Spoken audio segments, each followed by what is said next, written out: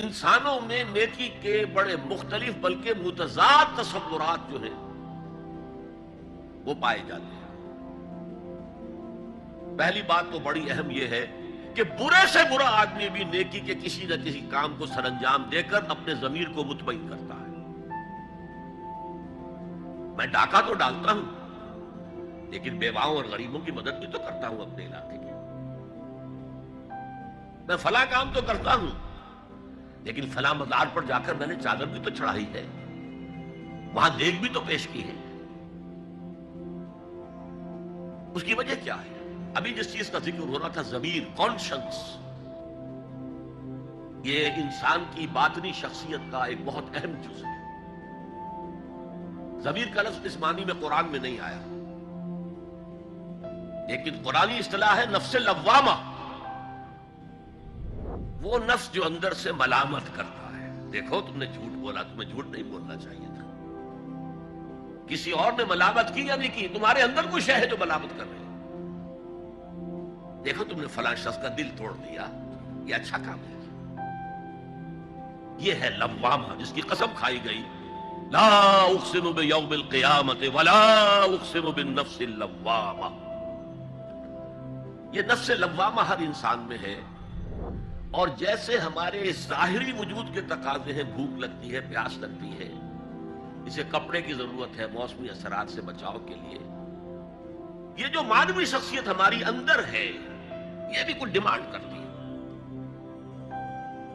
اور انسان اپنے آپ کو مطمئن کرتا ہے، ریشنلائز کرتا ہے۔ ٹھیک ہے، یہ تو خرابیاں ہیں، لیکن میں نے یہ کام بھی تو آخر کیے ہیں نا۔ یہ انسان کی ایک لازمی ضرورت ہے، اپنے ضمیر کو مطمئن کرتا۔ اب دیکھیے ہمارے ہاں کے مختلف طبقات میں مختلف تصورات ہیں نیکی کے جو رائج ہیں۔ ہمارے ہاں ایک مذہبی طبقہ ہے جس کے نزدیک اصل اہمیت ریچولز کی ہے، عبادات کی ہے، رسومات کی ہے۔ معاملات میں وہ دھوکہ دے رہے،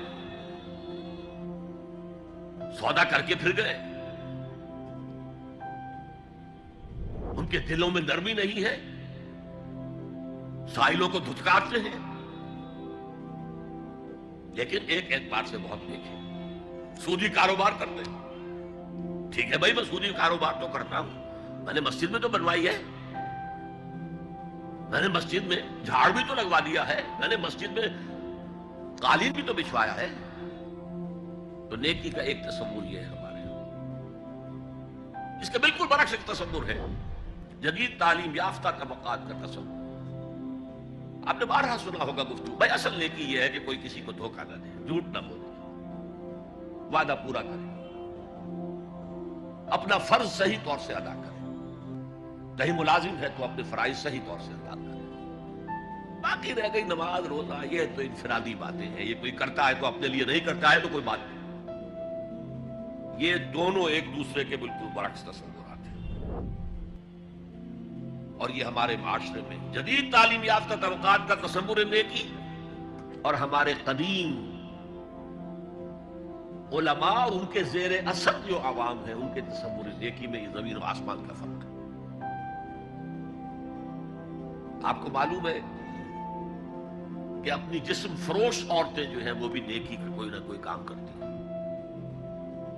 آپ دیکھیں گے محرم میں سیاہ کپڑے پہن کے جلوس کے آگے آگے جا رہی ہیں، سبیلیں لگا رہی ہیں،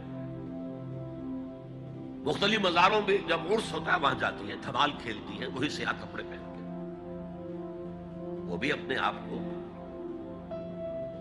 مطمئن کرتی ہیں۔ مشہور ہے ایک واقعہ شہنشاہ عالمگیر اورنگزیب کا، اس نے دلی میں گانے بجانے پر پابندی لگا دی۔ اب ظاہر بات ہے جن کا یہ پیشہ تھا ان کا دھندا ختم تو آمدنی ختم، لاکھ کوششیں کی لیکن اورنگزیب ٹس سے بس نہیں ہوا۔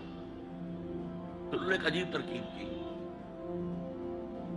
وہ دریائے جمنا بالکل ساتھ بہتا تھا، یہ قلعہ اس شکل میں بنایا گیا تھا، اب تو ذرا فاصلے پر، تو ایک کشتی میں وہ جمع ہو گئے، سازندے بھی اور ساز بھی اور گاتے بجاتے ہوئے۔ انہیں معلوم تھا فلاں وقت جو ہے بادشاہ جھروکے میں بیٹھ کر دریا کی سیر کرتا ہے، وہاں سے گزرے اور ایک شعر گاتے ہوئے گزرے، در کوئے نیک نامی مارا گزر نہ دارن، گر تو نمی پسندی تقدیر قدارا۔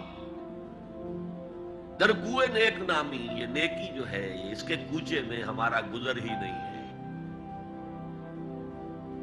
در کوئے نیک نامی مارا گزر نہ دارن، یہ تو اللہ کی طرف سے فیصلہ ہے، اس کی مقرر کردہ تقدیر ہے۔ گر تو نمی پسندی تغییر کن قزارا، اگر تجھے پسند نہیں ہے تو تقدیر بدل دے۔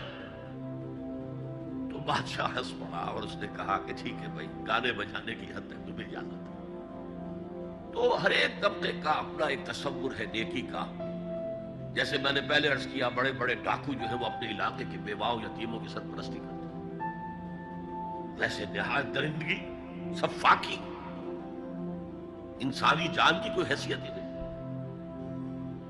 تو نیکی اصل میں کس شے کا نام ہے، کون سی چڑیا کا نام ہے، نیکی حقیقت میں کیا ہے، وہ ہے اس آیت کا مضمون۔